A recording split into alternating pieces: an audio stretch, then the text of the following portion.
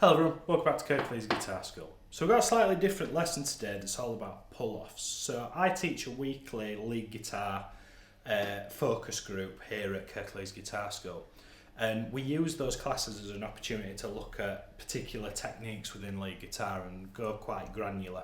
So I've sort of dressed this up in a video where you've got 3 exercises, and I promise you if you practice it for 3 minutes, 3 exercises, a minute each, every day, it will make you a lot better lead guitarist. And if you do that consistently over a number of months, you will see progress. So this is all about pull-offs. So let me just show you dead quickly what I mean by pull-off. So I'm going to press one note and then going to pick it, and then I'm going to pull off the note to get to the next one. So let's use this exercise first. Now this is walking down the A minor pentatonic. Now I can hear all of you, those of you groaning at the back. It was a very obvious choice. We spend most of the time as lead guitarists playing pentatonic. Why wouldn't we use it as an exercise? So the A minor pentatonic that we all know and love, we're going to play it backwards, but we're going to pull off each of the notes as we work backwards through the scale. So I'm going to play fret 8 and fret 5 at the same time. I'm going to pick the high E string, and then I'm going to remove this.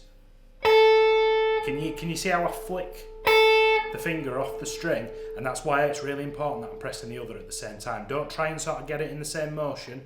Press both at the same time and pick down it like that. And we're going to work down the scale. 8, 5, 8, 5, 7, 5, 7, 5, 7, 5, 8, 5. And for all the 8s, I'm using the pinky. All the 5s, I'm using the index finger. And then when we get into the middle, I'm using the ring finger for the 7th fret. For those. This is what should go. This is what we're going for.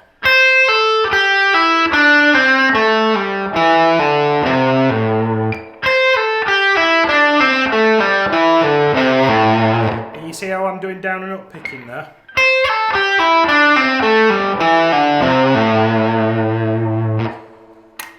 Just do that over and over and over again for a minute before moving over to the next exercise. This should be in your practice routine. The second one, we're now moving to E pentatonic. So take that shape, move it up here. And what we're going to do is we're going to pull off on that 14 and 12 in the middle.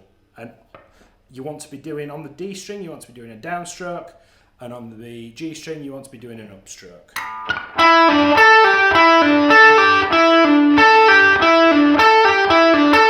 Now, you're not going to impress your mates by doing this. Or maybe you will, I don't know. But the point being, we're trying to get the repetitions in. You've got to repeat these movements over and over and over and over again. And I'm just trying to make them as engaging as possible for you. Okay? You could turn your guitar off and just play unplugged. And work on that motion. You don't have to get set in your practice space. This is a great couch exercise. So do those for a minute, but we're aiming for consistent clean. We're working on the left and the right hand talking to each other. This is what I can't stress enough about these exercises. They're not going to change the world, but they are going to get your left and your right hands in sync with each other, and it's that synchronicity that we're going for. So take a screenshot if you need to. That is the second exercise. And then the final one I want to preface, it's a chromatic exercise working backwards. I'm using 8, 7, 6 and 5 on each of the strings.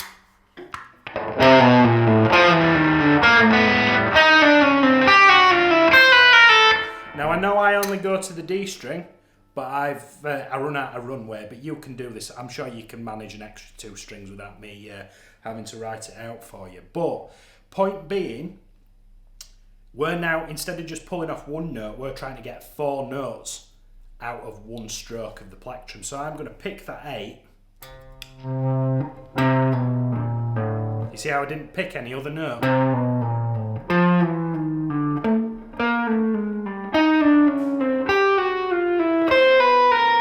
It's a bit of a weird exercise.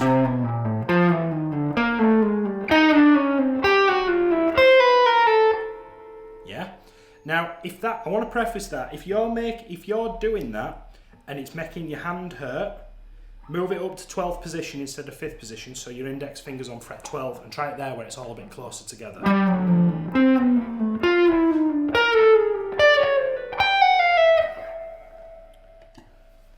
hope that was helpful. Let me know. Slightly different format, but I sort of think if you can devote 3 minutes of your practice time to that for a couple of weeks, you will definitely see improvement in your pull-offs. It's all about getting the left and the right. The theoretical idea of it's quite simple, and doing it every once in a while, but is okay, but being able to do it on command, and you've literally done 1,000 pull-offs before that one, and your fingers know exactly what to do.